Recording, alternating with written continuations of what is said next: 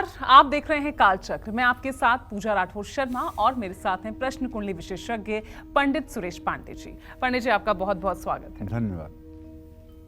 शिव तांडव स्तोत्र का पाठ बढ़ाएगा बिजनेस, बरसाएगा दौलत। शिव तांडव स्तोत्र का पाठ कराएगा बरकत, बदलेगा किस्मत। चमत्कारी है शिव तांडव स्तोत्र। देखिए कालचक्र।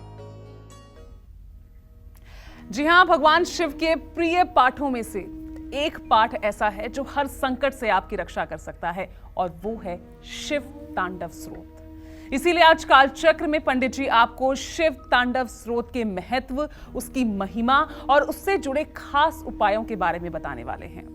शिव तांडव स्तोत्र को पढ़ने का सही समय, सही विधि और इससे जुड़ी सावधानियां क्या है, ये भी हम पंडित जी से जानेंगे। तो अगर आप भी चाहते हैं महादेव की महाकृपा आप पर बरसे, तो बने रहिए हमारे साथ और देखते रहिएगा कालचक्र। साथ ही अगर आपका भी कोई सवाल है तो हमें फोन कर सकते हैं। हमारा नंबर है 0120665245 से आप शिव तांडव स्तोत्र के अर्थ, इसके महत्व और इसकी महिमा के बारे में जान लेते हैं, और साथ ही पंडित जी से ये भी जानते हैं कि ये स्तोत्र भगवान शिव को इतना प्रिय क्यों है।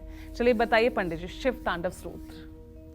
शिव तांडव स्तोत्र के बारे में बताऊं उसके पहले शिव तांडव स्तोत्र अपने दर्शकों को सुनाऊं। बिल्कुल। जटाटवी गल ज्वल प्रवाह पावित स्थले गले वलंबितां भुजंग तुंग मालिकां डमड्डमड्डमड्डमा निनादवड्डमर्वयं चकार चंड तांडवं तनोतु नः शिवः शिवम्।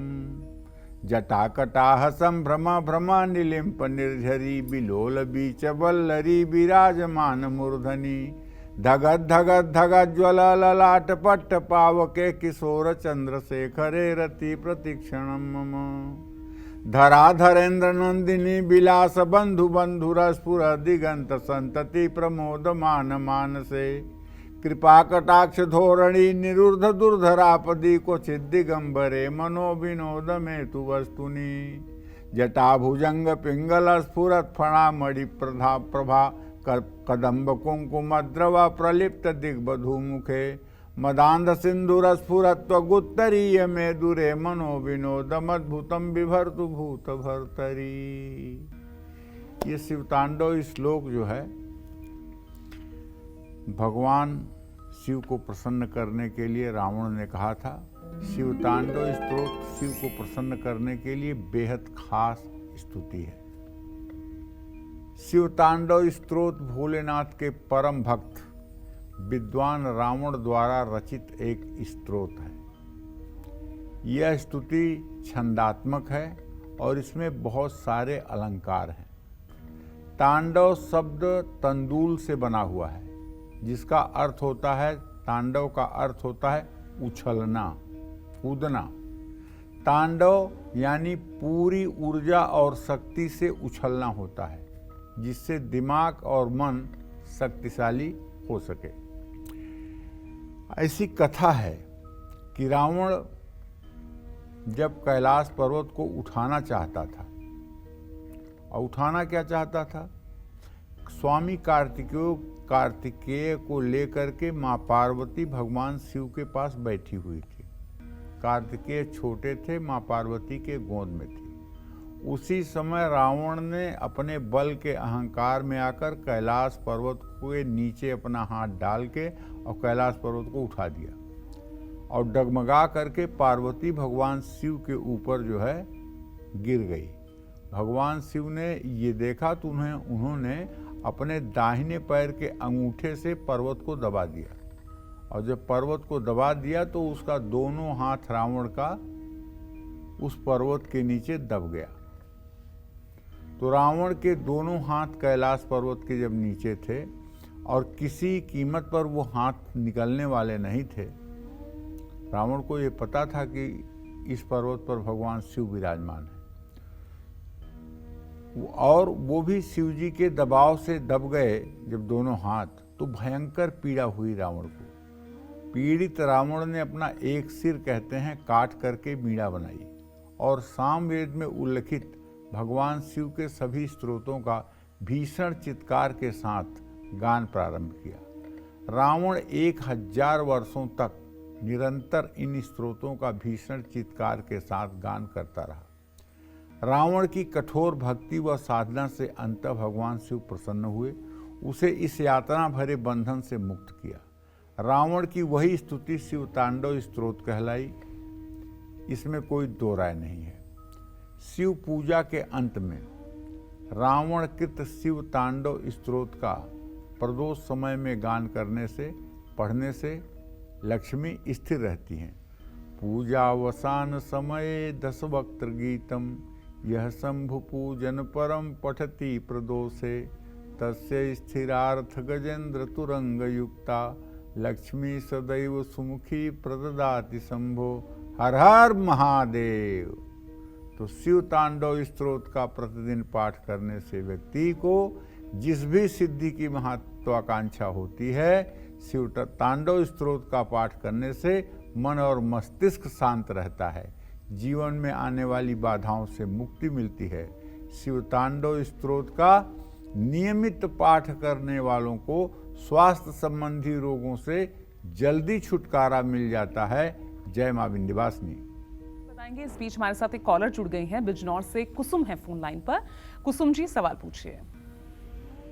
पंडित जी नमस्ते, मैं कुसुमलता बोल रही हूँ बिजनौर से। मुझे अपने बेटे के बारे में पूछना है। मेरे बेटे का नाम आशुतोष है, उसकी जन्म तारीख है 13/6/2004, समय 5:57 से, रविवार। उसके कैरियर के बारे में पूछना है पंडित जी। उसकी मतलब सरकारी नौकरी लगेगी और वो मतलब अपनी आने वाले टाइम में क्या करेगा? देखो कुसुम, तुम्हारे पुत्र भाव का स्वामी शुक्र है, उससे विद्या भाव का स्वामी शनि है। शुक्र और शनि की चतुर्थ दशम स्थिति है और चंद्रमा उच्च का है। तुम्हारे बेटे को सरकारी नौकरी लगने का योग तो बना हुआ है, लेकिन ये 24वें या 25वें साल में। अभी बेटा तुम्हारा 19 साल का है। अभी इसे पढ़ाई में और मेहनत करने की ज़रूरत है, और मेहनत करने की ज़रूरत है, तभी इसको सफलता मिल पाएगी। और इसको चाहिए कि हर शनिवार को कम से कम 10 बार हनुमान चालीसा का पाठ जरूर किया करे, और हनुमान जी की पूजा उपासना से इसका भाग्योदय होगा। सरकारी नौकरी का योग है, लेकिन 24वें वर्ष के अंत और 25वें वर्ष के शुरुआत में पढ़ाई में थोड़ा सा और परिश्रम करने की जरूरत है। जय मां विंध्यवासिनी। और इस बीच एक कॉलर हमारे साथ जुड़ गए हैं, गुरुग्राम से गौरव। गौरव जी, सवाल पूछिए। पंडित जी प्रणाम। पंडित जी, मेरा नाम गौरव है जी। मेरा जन्म स्थान है दिल्ली। जन्म की तारीख 9 जुलाई 1982, शाम के 7:10। पंडित जी, मैं प्रयास कर रहा हूँ अभी दिल्ली एनसीआर में नौकरी ढूंढने का, अभी कार्यरत हूँ, तो ये कब तक हो पाएगा? और द्वितीय संतान का योग है या नहीं है, पंडित जी बताएगा। देखो, नौकरी के लिए जहाँ तक प्रयास है, 45 दिनों के अंदर तुम्हें नौकरी मिल जानी चाहिए। मंगल शनि का इत्तेसाल हो रहा है, 45 दिनों के अंदर नौकरी का योग बन जाना चाहिए, और दिल्ली एनसीआर में ही बन जाना चाहिए। जहाँ तक संतान के बारे में प्रश्न है, तो शुक्र और बुध दोनों ग्रहों की स्थिति द्वितीय द्वादश है। ऐसे में बेटा तुम्हें अपने पत्नी का इलाज करवाना चाहिए और अपना भी चेकअप करवाना चाहिए, क्योंकि प्रश्न के हिसाब से कुछ पत्नी के अंदर शारीरिक दोष दिखाई दे रहे हैं, जिसके कारण संतान प्राप्ति में विलंब हो रहा है। थोड़े से उपचार से चीज़ें ठीक हो सकती हैं और तब आपको संतान का सुख प्राप्त हो सकता है, लेकिन अभी इसमें 1 से 1.5 साल का विलंब बना हुआ है। आपको चाहिए कि आप वृंदावन जा कर के बांके बिहारी मंदिर में दर्शन पूजन करें, और ब्रज के क्षेत्र में कहीं भी ब्रज में बैठ कर के पति पत्नी दोनों 10-10 माला आप लोग ओम क्लीम देवकी सुत गोविंद वासुदेव जगतपते देहि में तनयम कृष्णम त्वामहम शरणम गता, इस मंत्र का जप करें। अगर इस मंत्र का आप ब्रज में जा कर के 10-10 माला जप करेंगे, ये संतान गोपाल मंत्र है। ओम क्लीम देवकी सुत गोविंद वासुदेव जगतपते देहि में तनयम कृष्ण त्वामहम शरणम गतः क्लीम ओम। इस मंत्र का अगर आप जा कर के और ब्रज में 10-10 माला पति पत्नी पाठ करके आएँ, और बृहस्पतिवार के दिन या एकादशी तिथि के दिन ये काम अगर आप करें तो शीघ्र ही आपको संतान प्राप्ति होगी। जय मां विंध्यवासिनी। तो आज हम चर्चा कर रहे हैं शिव तांडव स्तोत्र की। इसका महत्व पंडित जी ने हमें बता दिया है। तो चलिए अब पंडित जी से जानते हैं कि किन लोगों को शिव तांडव स्तोत्र का पाठ जरूर करना चाहिए, साथ ही इसे पढ़ने से क्या क्या लाभ होते हैं। तो पंडित जी, किन लोगों को ये शिव तांडव स्तोत्र पढ़ना चाहिए और क्या लाभ हैं इसके?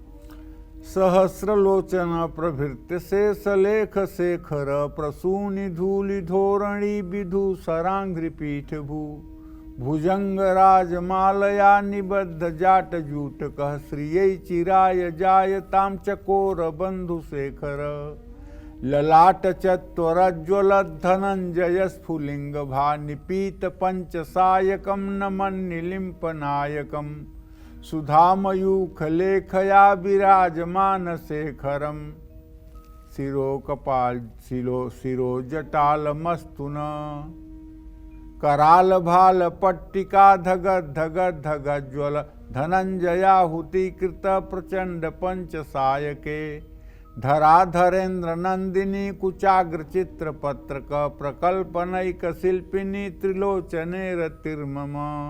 हर हर महादेव। अलग अलग मनोकामनाओं की पूर्ति के लिए शिवतांडव स्तोत्र का अलग अलग प्रयोग किया जाता है। हर व्यक्ति और खासकर गृहस्थ व्यक्ति को शिवतांडव स्तोत्र का हर रोज पाठ जरूर करना चाहिए। इससे गृहस्थ जीवन सुखमय होता है, परिवार में खुशहाली और समृद्धि आती है। जिस घर में शिवतांडव स्तोत्र का जोर जोर से बोल करके पाठ होता है, उस घर से नेगेटिविटी, नकारात्मक ऊर्जा, हाय, नजर, जादू टोने का असर शीघ्र ही समाप्त हो जाता है। दाम्पत्य जीवन में प्रेम और आपसी समझ विकसित होती है। शिवतांडव स्तोत्र का पाठ संभव हो तो पति पत्नी दोनों को करना चाहिए। शिवतांडव स्तोत्र द्वारा भगवान शिव की स्तुति करने से व्यक्ति को कभी भी धन संपत्ति की कमी नहीं होती है। साथ ही व्यक्ति को उत्कृष्ट व्यक्तित्व की प्राप्ति होती है। व्यक्ति के चेहरे से तेज झलकता है, आभा मंडल का विस्तार होता है, आत्मविश्वास में वृद्धि होती है। शिवतांडव स्तोत्र के नियमित पाठ से वाणी की सिद्धि भी होती है। शिवतांडव स्तोत्र का पाठ करने से कला के क्षेत्र से जुड़े लोगों को भी बहुत लाभ मिलता है। शनि को काल कहा जाता है और शिव जी को महाकाल कहा जाता है। ऐसे में शनि से पीड़ित व्यक्ति को इस पाठ से बहुत लाभ मिलता है। जिन लोगों की जन्म कुंडली में राहु केतु का दोष चल रहा हो, पितर दोष हो, सूर्य राहु के साथ हो, चंद्रमा केतु के साथ हो, बृहस्पति राहु के साथ हो, पितर दोष हो, पितर पीड़ा से एकदम कराह रहे हों, घर में मांगलिक कार्य रुक गए हैं, कोई शुभ कार्य नहीं हो रहा है, सारे भाई बहन कुंवारे बैठे हुए हैं, ऐसे लोगों को चाहिए कि अपने घर में सुबह शाम शिवतांडव स्तोत्र का पाठ घंटी बजाते हुए करें। ये पाठ बहुत उपयोगी है। प्रदोष काल में अर्थात सूर्यास्त के समय शिवतांडव स्तोत्र का पाठ करना सर्वोत्तम होता है। जय मां विंध्यवासिनी। पहले कॉलर ले लेते हैं। हमारे साथ हिसार से जुड़े हैं वीरेंद्र। वीरेंद्र जी, सवाल पूछिए। हेलो। हाँ, बोलिए। गुरुजी नमस्कार। नमस्कार। गुरुजी, आपने एक बार धन के बारे में बताया था पिछले सप्ताह में, पारे की गोली और पारे की लक्ष्मी और गणेश जी की मूर्ति जी। तो ये गुरुजी अब ये परमानेंट रख सकते हैं या जैसे आप डेली बताते हैं चेंज हो जाता है तो चेंज करना पड़ेगा या परमानेंट वही रखना पड़ेगा? नहीं बेटा, परमानेंट रखा जाता है। पारे के गणेश और लक्ष्मी को परमानेंट घर में रखना चाहिए, किसी शुभ मुहूर्त में इन्हें स्थापित करना चाहिए। जैसे कल अक्षय तृतीया थी, कल का दिन था, अब धनतेरस का दिन आएगा, दिवाली का दिन आएगा, नवरात्र के मतलब कि 9 दिनों में किसी दिन रखा जा सकता है। शुभ समय में उनकी स्थापना करके और आजीवन उनकी पूजा की जाती है। आजीवन उनकी पूजा की जाती है और वो मूर्ति कभी बदलने की ज़रूरत नहीं होती है और वो मूर्ति अपने आप में स्वयं में सिद्ध होती है। इस तरह से गणेश लक्ष्मी के, पारद के गणेश लक्ष्मी की पूजा करने से घर का वास्तु दोष भी दूर होता है और घर में तंत्र मंत्र अभिचार का अगर दोष है तो उसका भी समापन होता है। और ख़ास करके अगर लक्ष्मी जी का दक्षिणावर्ती शंख से अभिषेक किया जाए और श्री सूक्तम के मंत्रों को बोला जाए तब तो वो घर स्वर्ग हो जाता है और उस घर में दुनिया की वो सारी खुशियाँ होती हैं जो एक सात्विक परिवार को मिलनी चाहिए। जय मां विंध्यवासिनी। इस बीच एक और कॉलर हमारे साथ जुड़ गए हैं, दिल्ली से सीमा है। सीमा जी सवाल पूछिए। हाँ जी पंडित जी नमस्कार। हाँ खुश रहो बेटा। पंडित जी मेरे बेटे का जन्म 23 दिसंबर 2006 सुबह 8:10 का है। पंडित जी उसका बिल्कुल भी पढ़ाई में मन नहीं लगता है। वो पढ़ाई के किस क्षेत्र में जाएगा और आगे क्या जीवन में उसे सफलता मिलेगी? देखो, उसके शिक्षा भाव का स्वामी, तुम्हारे पुत्र भाव का स्वामी बुध है, उसके शिक्षा भाव का स्वामी शुक्र है। पढ़ाई से उसका मन उचाट हुआ है और ज़्यादा करके उसका मन इधर उधर के कामों में भटक रहा है। अगर आप चाहते हो कि ये अच्छे से पढ़ाई करे तो उससे केवल एक रिक्वेस्ट करो कि वो रोज़ गणेश चालीसा का पाठ किया करे। अगर वो सुबह नहाकर गणेश चालीसा का पाठ करना शुरू कर दे पूजा स्थान में बैठ करके, तो विश्वास करो 40 दिन के बाद वो पढ़ाई भी करने लगेगा। और अगर पढ़ाई करने लगेगा तो कम से कम ग्रेजुएट तो हो ही जाएगा। अभी 17 साल का है, कोई इसको सरकारी नौकरी का योग नहीं है, कोई बहुत बड़े पद प्रतिष्ठा पर जाने का योग नहीं है, लेकिन कम से कम ग्रेजुएट हो जाएगा, अपनी ज़िंदगी को अच्छे ढंग से निर्वाह करने में सफल हो जाएगा। आज कालचक्र में पंडित जी आपको शिव तांडव स्तोत्र की महिमा, उसके चमत्कारी उपायों के बारे में बता रहे हैं। चलिए अपनी चर्चा को आगे बढ़ाते हुए अब बात करते हैं उन लोगों की जिन पर बहुत कर्ज है, जिन लोगों की शादी में हमेशा दिक्कतें आती हैं, जो अपने प्रमोशन के लिए इंतजार कर रहे हैं। अब ऐसे लोग कैसे करें शिव तांडव स्तोत्र का पाठ? चलिए पंडित जी से जानते हैं। पंडित जी, ये तमाम परेशानियां बहुत लोग जूझ रहे होंगे, क्या करें वो? आशुतोष तुम अवधर दानी, आरत हरहु दीन जन जानी। भगवान शिव आशुतोष अवधर दानी है भैया। इनकी उपासना से कुछ भी इस सृष्टि में असंभव नहीं रहता है। भगवान शिव प्रसन्न हो जाएं और इतने शीघ्र प्रसन्न होने वाले कोई देवता नहीं है। भगवान शिव जितनी आसानी से प्रसन्न होते हैं, इतनी आसानी से कोई देव प्रसन्न नहीं होता है। और भगवान शिव के लिए कुछ भी देना असंभव नहीं है, क्योंकि भगवान शिव सनातन धर्म के ऐसे देवता हैं जिन्हें विधि के विधान में कोई परिवर्तन करने के लिए किसी सभा करने की जरूरत नहीं है, किसी के बहुमत की जरूरत नहीं है। इन्हें इतना अधिकार प्राप्त है कि इनकी इच्छा ही संविधान है, इनकी इच्छा ही विधि का निर्णय है। ना उसमें ब्रह्मा दखल दे सकते हैं, ना उसमें श्रीहरि विष्णु दखल कर सकते हैं।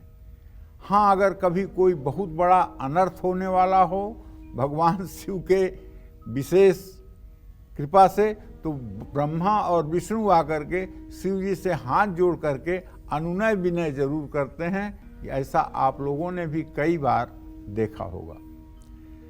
तो कराल भाल पट्टिका धग धग धग ज्वल धनंजयाहुति कृत प्रचंड तांडव शिव धराधरेन्द्र नंदिनी कुचाग्र चित्र पत्रक प्रकल्पनैक शिल्पिनी त्रिलोचने रतिर्मम नवीन मेघ मंडली निरुर्ध दुर्धर स्फुरत कुहून शीथ नीतिमा प्रबद्ध बद्ध कंधर कला निधान बंधुर श्रियम जगद्धुरंधर प्रफुल्ल नील पंकज प्रपंच कालिम प्रभावलंबि कंठ कंदली रुचि प्रबद्ध कंधरम स्मरच्छिदम पुरच्छिदम भवच्छिदम मखच्छिदम गजच्छिदम कजच्छिदम तमंतकांतकम भजे, अखर्व सर्व मंगला कला कदम्ब मंजरी रस प्रवाह माधुरी ब्रजिम भृणाम मधुव्रतम, स्मरांतकम पुरांतकम मखांतकम गजांतकम तमंतकांतकम तमंतकांतकम भजे। तो कहने का मतलब यह है कि शिव तांडव स्तोत्र जो है, इसका पूजा के अंत में पाठ करने से और दोनों हाथों में सफ़ेद फूल भरकर उसके ऊपर 3 पत्ती वाले बेलपत्र सजा करके, और अगर शिवलिंग पर इसका मंत्र पुष्पांजलि चढ़ाई जाए तो विश्वास करो 5 मिनट के अंदर ही जीवन बदलना शुरू हो जाता है। एक बार केवल अपने हृदय की संपूर्ण भावनाओं को केंद्रित करके भगवान शिव को समर्पित तो कर दो। जिन कष्टों से आपको मुक्ति में असंभव लग रहा है, वो कष्ट आपके चुटकी बजाते दूर हो जाएंगे। स्तोत्रम कस्य न तुष्यते। अपनी प्रशंसा किसको अच्छी नहीं लगती है? आपकी प्रशंसा की जाए आपको अच्छी नहीं लगेगी? लगेगी ना। उसी तरह से भगवान शिव का भी जब शिव तांडव स्तोत्र कोई भक्त करता है तो भगवान शिव प्रसन्न होते हैं, उसे संकटों से मुक्ति मिलती है, वो ऋण मुक्त हो जाता है और नया कर्ज लेने की कभी नौबत नहीं आती है। अविवाहित युवक युवतियां जिनके विवाह में किसी प्रकार की ग्रह बाधा बनी हुई है, वो लोग लगातार 51 दिनों तक शिव तांडव स्तोत्र का पाठ करें, इससे जल्दी विवाह होने के योग बनेंगे। अरे महिलाओं को तो चाहिए कि 16 साल की उम्र से ही सोमवार का व्रत करना शुरू कर दें और भगवान शिव की उपासना शुरू कर दें। जौ तप करई कुमारी तुम्हारी, भाव्यहूँ मेटि सकहीं त्रिपुरारी। माँ पार्वती ने भगवान शिव की साधना करके 12,000 वर्षों तक शिव के लिए साधना किया था माता पार्वती ने, तब भगवान शिव उन्हें प्राप्त हुए थे। सीता मैया ने माँ पार्वती के सामने जा करके प्रभु राम के लिए याचना की थी। जय जय जय गिरिराज किशोरी, जय महेश मुख चंद कस किशोरी, जय गज बदन खडानन माता। कहने का मतलब ये है कि माता पार्वती के सामने जाकर के जगत जननी जगदम्बा माँ सीता कहती हैं कि हे देवी, ये जो श्याम वर्ण के राम हैं, इन्हें मैं वर्ण करना चाहती हूँ, मेरी मनोकामना पूरी करिए। ऐसा कहकर ज्यों माँ पार्वती के चरणों में माता सीता अपना सर झुकाती हैं, उसी समय माँ पार्वती के गले की एक माला निकल करके सीता के गले में पड़ जाती है। गिरिमाल मूर्ति मुस्कानी, भई सहाय शारद मैं जानी। जब माला गले में पड़ गई और पार्वती माता की मूर्ति मुस्कुराने लगी तो सीता जी ने समझ लिया कि अब मनोकामना पूरी होने वाली है। तो भगवान शिव और शिवा माँ पार्वती की आराधना से कुछ भी असंभव नहीं होता है। अगर आपकी आर्थिक स्थिति कमजोर है, बिजनेस में नुकसान हो रहा है, बिजनेस ठीक से नहीं चल पा रहा है, नौकरी में तरक्की नहीं मिल पा रही है, तो रोज आपको शिव तांडव स्तोत्र के 5 पाठ 41 दिनों तक करने चाहिए। अनुष्ठान पूर्वक शिव मंदिर में जाकर नंगे पैर घी का दिया तब तक जलते रहना चाहिए जब तक शिव तांडव स्तोत्र का पाठ कर रहे हैं। और एक काम, सफ़ेद फूल की व्यवस्था और बेलपत्र की व्यवस्था करके जाइए, और जब पाठ समाप्त हो जाए तो अंतिम श्लोक कहते हुए पूजावसान समय 10 वक्त्र गीतम यह शंभु पूजन परम पठति प्रदोषे, तस्य स्थिरारथ गजेंद्र तुरंग युक्ता लक्ष्मी सदैव सुमुखी प्रददाति शंभो हर हर महादेव। और पुष्प और बिल्वपत्र शिवलिंग पर इस तरह से गिरा दें, बस जय जयकार हो गई आपकी। इस समय चुनाव का समय चल रहा है, निकाय के चुनाव हो रहे हैं, जगह जगह चुनाव हो रहे हैं।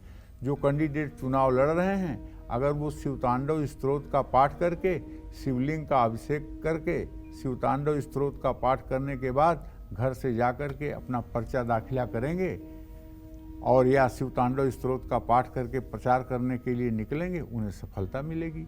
जय मां विंध्यवासिनी। तो आज हम चर्चा कर रहे हैं शिव तांडव स्तोत्र की। विरोधी अगर परेशान कर रहे हो, कानूनी मामले में आप उलझे हुए हैं, तो कितने दिन तक करें शिव तांडव स्तोत्र का पाठ? साथ ही क्या सूर्य ग्रहण या चंद्र ग्रहण में इस पाठ को करना चाहिए? चलिए पंडित जी से जान लेते हैं। तो पंडित जी बताइए, तमाम ये सवाल क्या जवाब होगा इनके लिए? सूर्य ग्रहण और चंद्र ग्रहण में आप सुनते हैं कि मंत्र सिद्ध किया जाता है, मंत्रों की सिद्धि होती है। क्यों सिद्धि होती है सूर्य ग्रहण और चंद्र ग्रहण में? या दिवाली की रात ही मंत्र सिद्धि क्यों होती है? कभी आपने सोचा इस विषय में? मैं आपको बताता हूं। सूर्य और चंद्रमा और राहु जब तीनों एक साथ होते हैं तब सूर्य ग्रहण होता है। चंद्रमा केतु के साथ, सूर्य राहु के साथ होता है तब चंद्र ग्रहण होता है।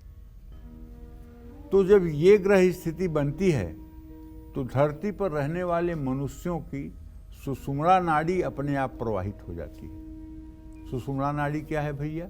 दोनों नाक से समान रूप से वायु का आना और जाना, यही सुषुम्ना नाड़ी है। और बाकी आपके एक ही नाक से श्वास चलती है, दोनों से चलती उलती नहीं है। अगर भ्रम हो तो इस भ्रम को मिटा लीजिए ध्यान करके, और ध्यान में जा कर के एक ही नाक से आपके श्वास चलती है, दोनों से कभी नहीं चलती है।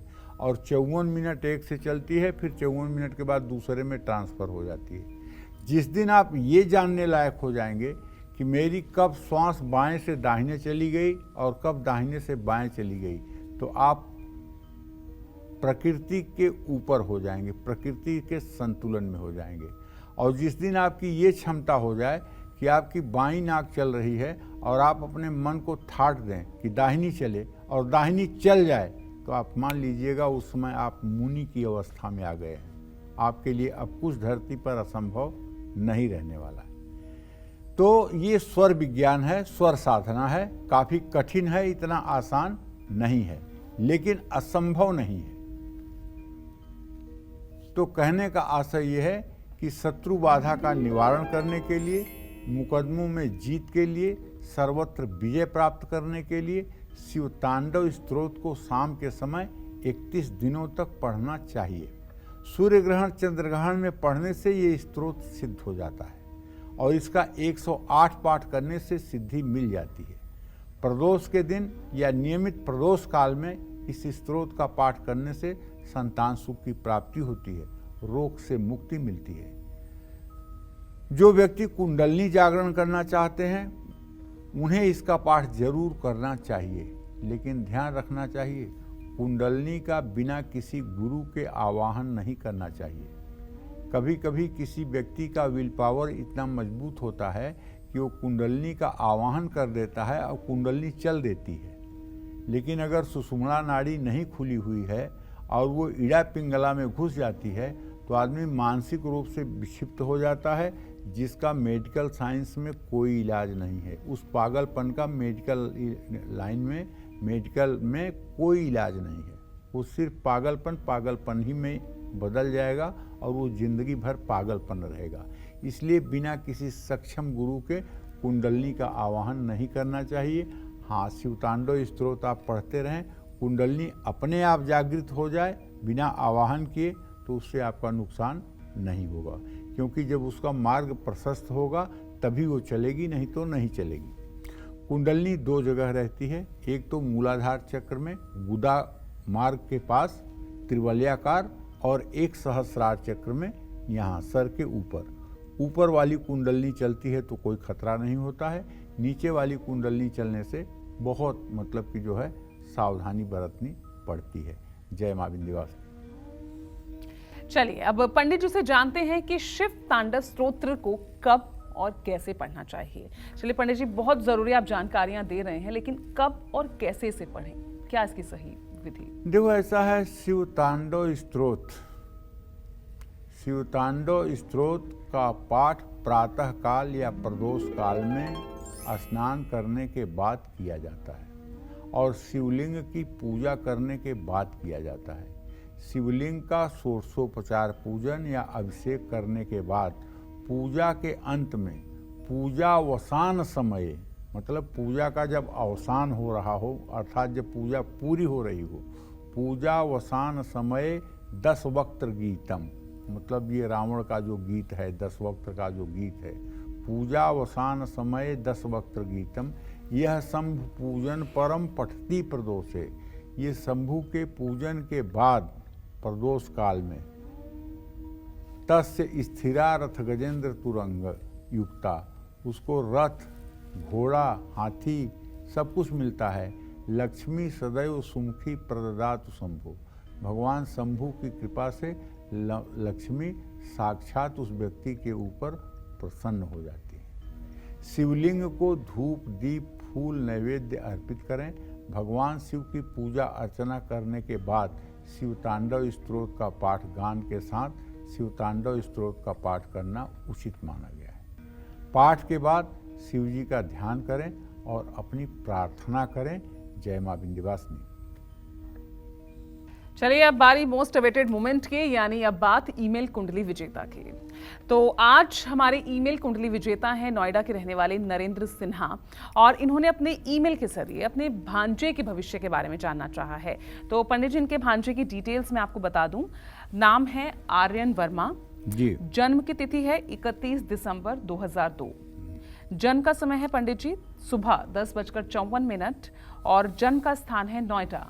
तो पंडित जी, इनके 2 सवाल हैं। पहला कि इनका भांजा कॉमर्स का स्टूडेंट है और आगे भविष्य में से किस फील्ड में जाना चाहिए। दूसरा सवाल है, क्या आर्यन की कुंडली में सरकारी नौकरी का योग है। हाँ, तो देखिए मैं बताना चाहूँगा, आर्यन का जन्म 31 दिसंबर 2002 को 10:54 पर सुबह नोएडा उत्तर प्रदेश में हुआ। इस हिसाब से कुंभ लग्न की कुंडली है और वृश्चिक राशि है जी। आर्यन की कुंडली में ग्रहण दोष है, चंद्रमा केतु के साथ बैठा हुआ है और वो आजीविका के स्थान में बैठा हुआ है। और आर्यन की कुंडली में बृहस्पति उच्च का होकर के 6ठे रोग स्थान में बैठा हुआ है और आर्यन की कुंडली में शुक्र स्वगृही होकर के मंगल के साथ भाग्य स्थान में बैठा हुआ है। मंगल और शुक्र की युति राजयोग पैदा करती है। तो इनकी कुंडली में एक प्रकार से धर्म कर्माधिपति योग राजयोग है, इसमें कोई दो राय नहीं है। लेकिन सरकारी नौकरी मिलेगी ये नहीं कहा जा सकता है। हाँ, अगर ये बैंकिंग की तैयारी करें तो बैंक में सरकारी नौकरी में ये हो सकते हैं, लेकिन कोई प्रशासनिक सेवा का योग नहीं है, क्योंकि मंगल और शुक्र की युति इन्हें बैंकिंग के क्षेत्र में, इंश्योरेंस के क्षेत्र में सरकारी नौकरी दिलवा सकता है। और अभी चूंकि इनकी उम्र 21 साल है और अभी बुध में बृहस्पति का अंतर चल रहा है, अभी जहाँ तक मुझे अनुमान है कि 2025 के बाद और 2027 तक इनके नौकरी मिलने का योग बना हुआ है। जय मां विंध्यवासिनी। अब जान लेते हैं पंडित जी से शिव तांडव स्तोत्र पाठ की सही और सटीक विधि क्या है। बताइए पंडित जी। देखिए, मैं अपने दर्शकों को बहुत गंभीरता से बता रहा हूं और आपको बड़ी गंभीरता से सुनना चाहिए। शिव तांडव स्तोत्र एक जागृत और सिद्ध स्तोत्र है। इसके पाठ में कुछ सावधानियां रखना अत्यंत आवश्यक है, वरना इसका लाभ नहीं मिलता है और आपकी साधना व्यर्थ जा सकती है। इस स्तोत्र का पाठ करते समय उच्चारण की शुद्धता रखें, धीरे धीरे आराम से पढ़ें, लेकिन पढ़ने में कोई गलती ना करें।